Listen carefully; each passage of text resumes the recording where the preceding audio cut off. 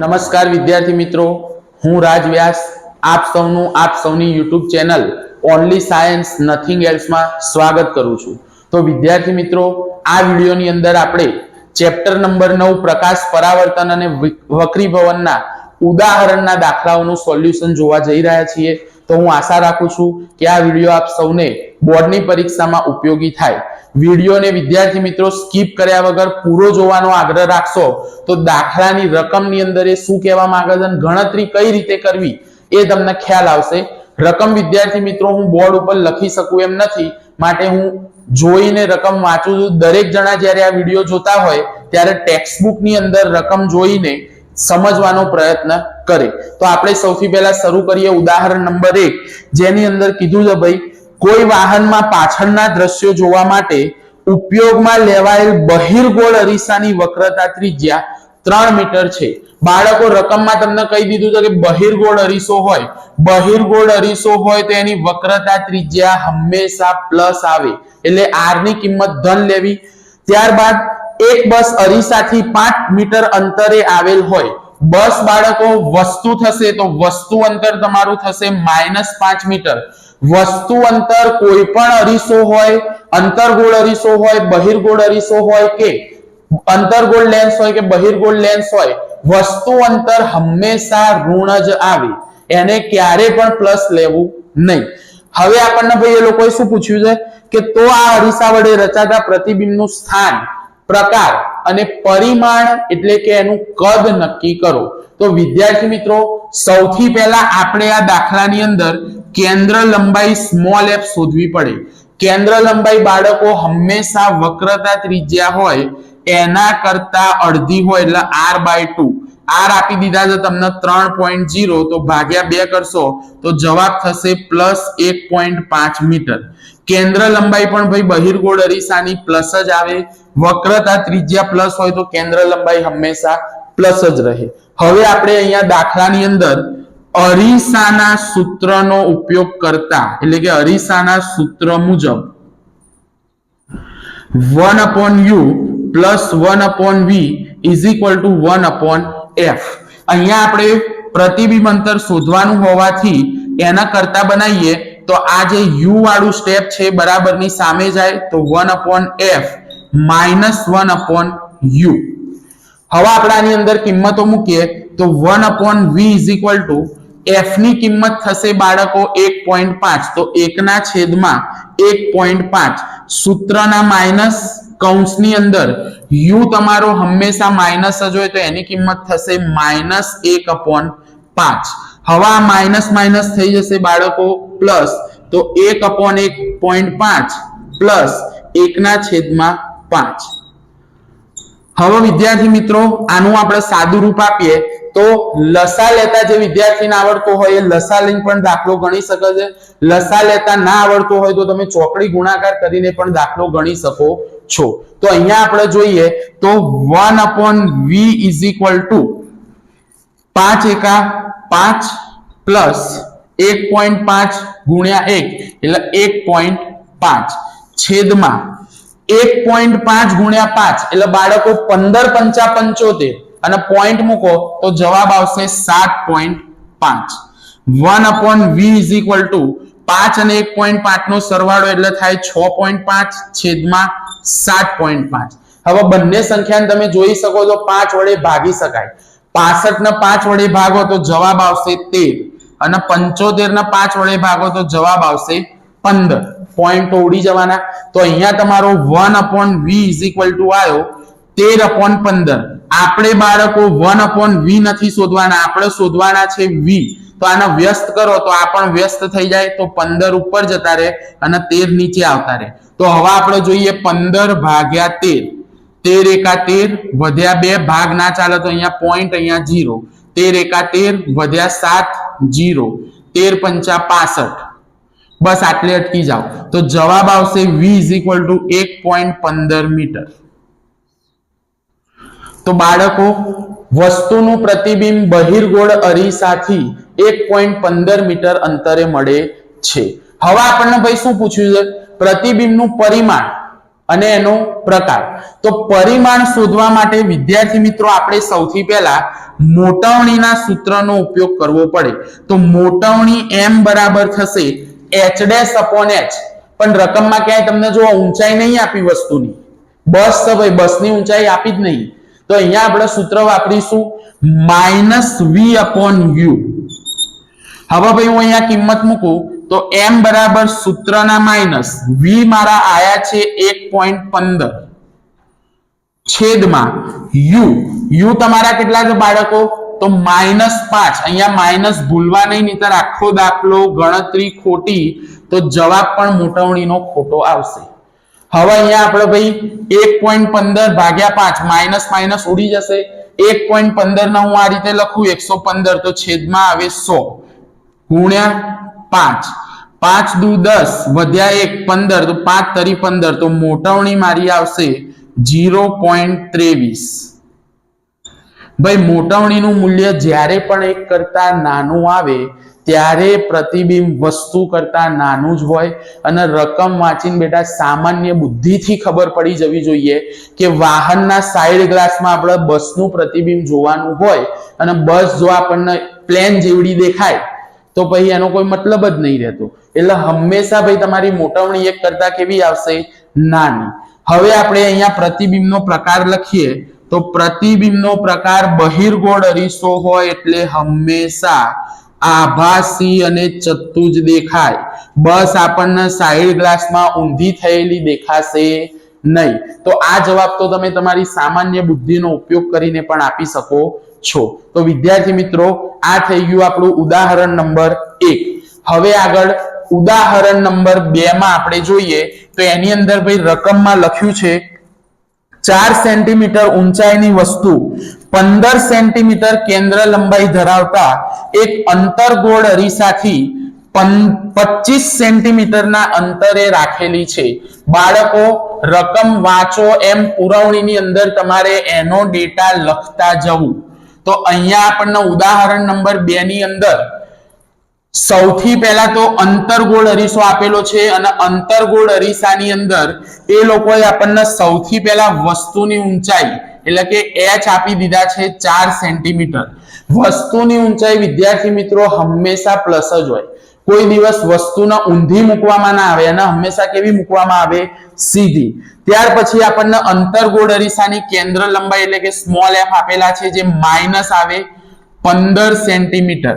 ત્યારબાદ વસ્તુ અંતર આગળના દાખલામાં કીધું હંમેશા માઇનસ હોય તો આવશે -25 સેન્ટીમીટર. હવે પૂછ્યું છે કેટલા અંતરે પડદો રાખવો જોઈએ કે જેથી તેના પર સ્પષ્ટ પ્રતિબિંબ પ્રાપ્ત થાય.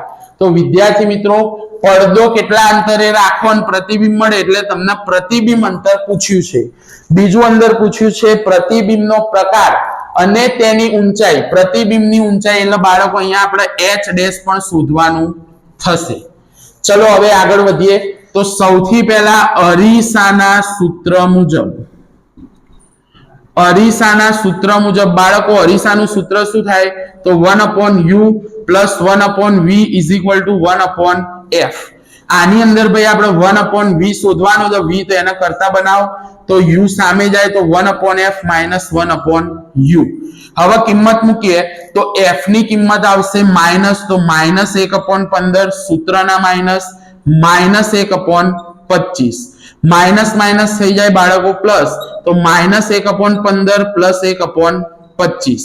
હવે બાળકો લસા લેતા ના આવડતો હોય તો ચોકડી ગુણાકાર કરવો તો 1/v = થશે 25 એકા 25 પણ એ માઇનસ થાય પ્લસ 15 એકા 15 છેદમાં 15 ગુણ્યા 25. તો અહીંયા જુઓ 25 પંચા 125 નો પાંચડો વધી પડી 12. 25 એકા 25 નો 12 થાય 37 એટલે 375. ખ્યાલ આવી ગયો? 25 ગુણ્યા 15 થશે બાળકો 375. 1/v = -25 + 15. માઇનસ પ્લસ માઇનસ નિશાની મોટી સંખ્યાની તો 10/375. આપણે 1/v નથી શોધવાનો, આપણે શોધવાનો છે v.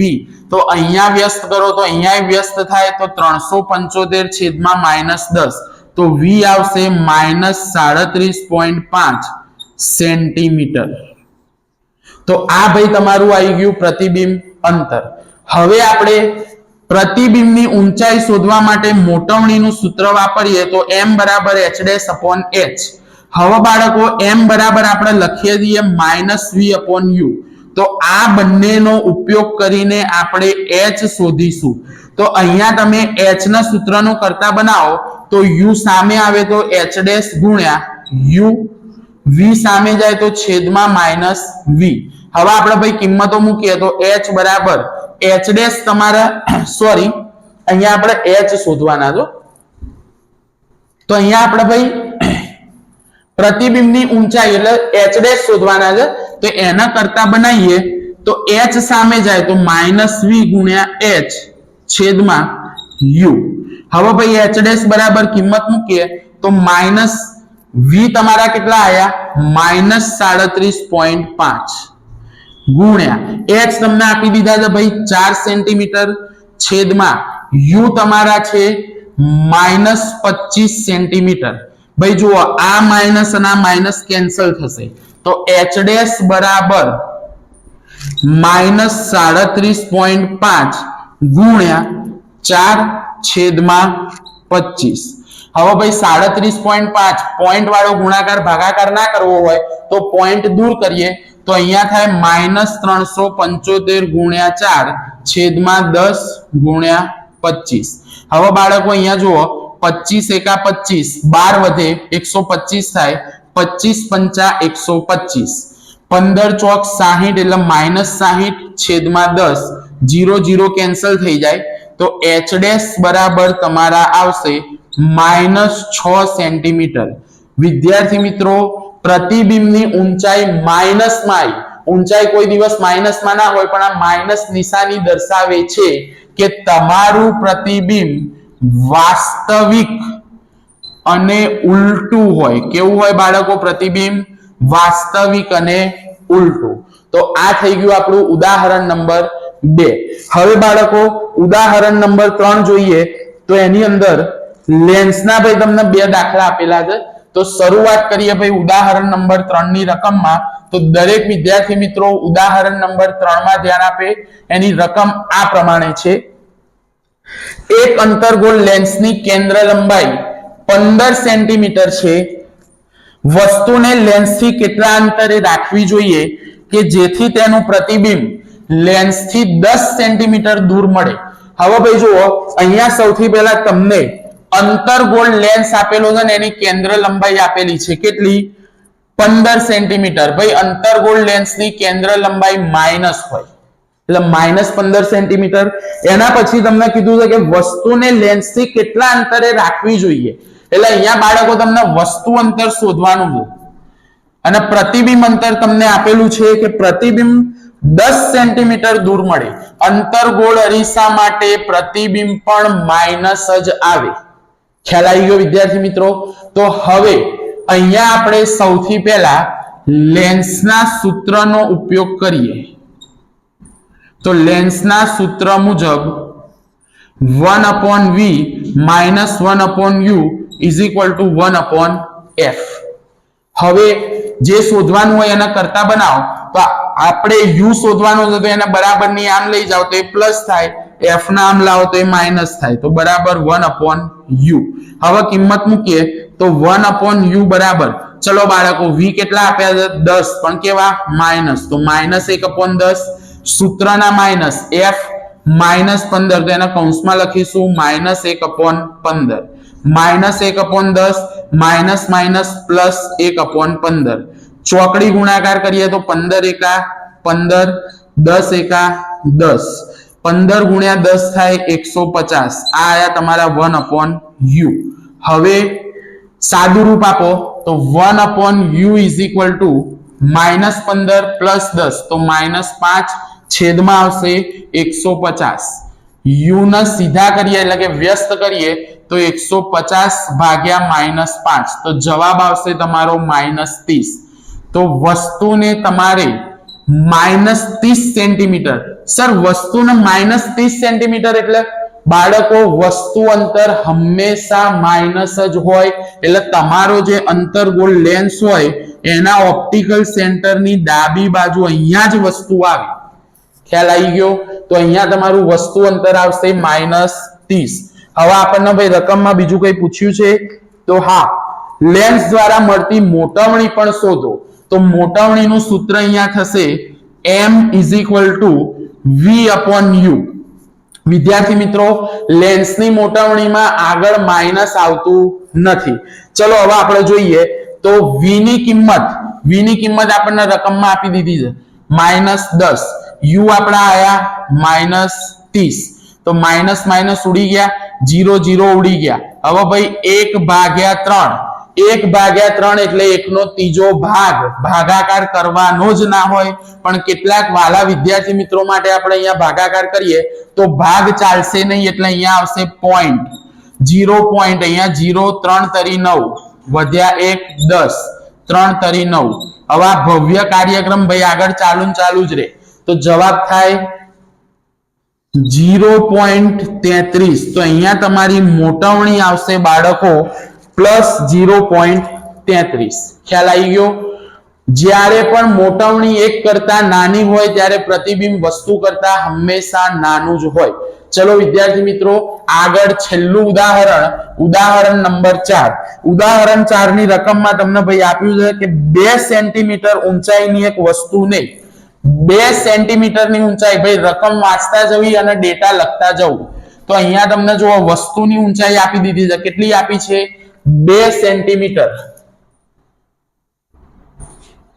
તો h બરાબર થશે 2 સેન્ટીમીટર.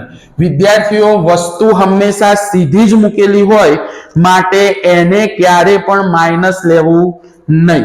તો અહીંયા આપણે જોઈએ કે h બરાબર 2 સેન્ટીમીટર. પછી આગળ શું કીધું છે કે 10 સેન્ટીમીટર કેન્દ્ર લંબાઈના બહિર્ગોળ લેન્સની કેન્દ્ર લંબાઈ f બરાબર આપી છે 10. એ હંમેશા પ્લસ જ હોય.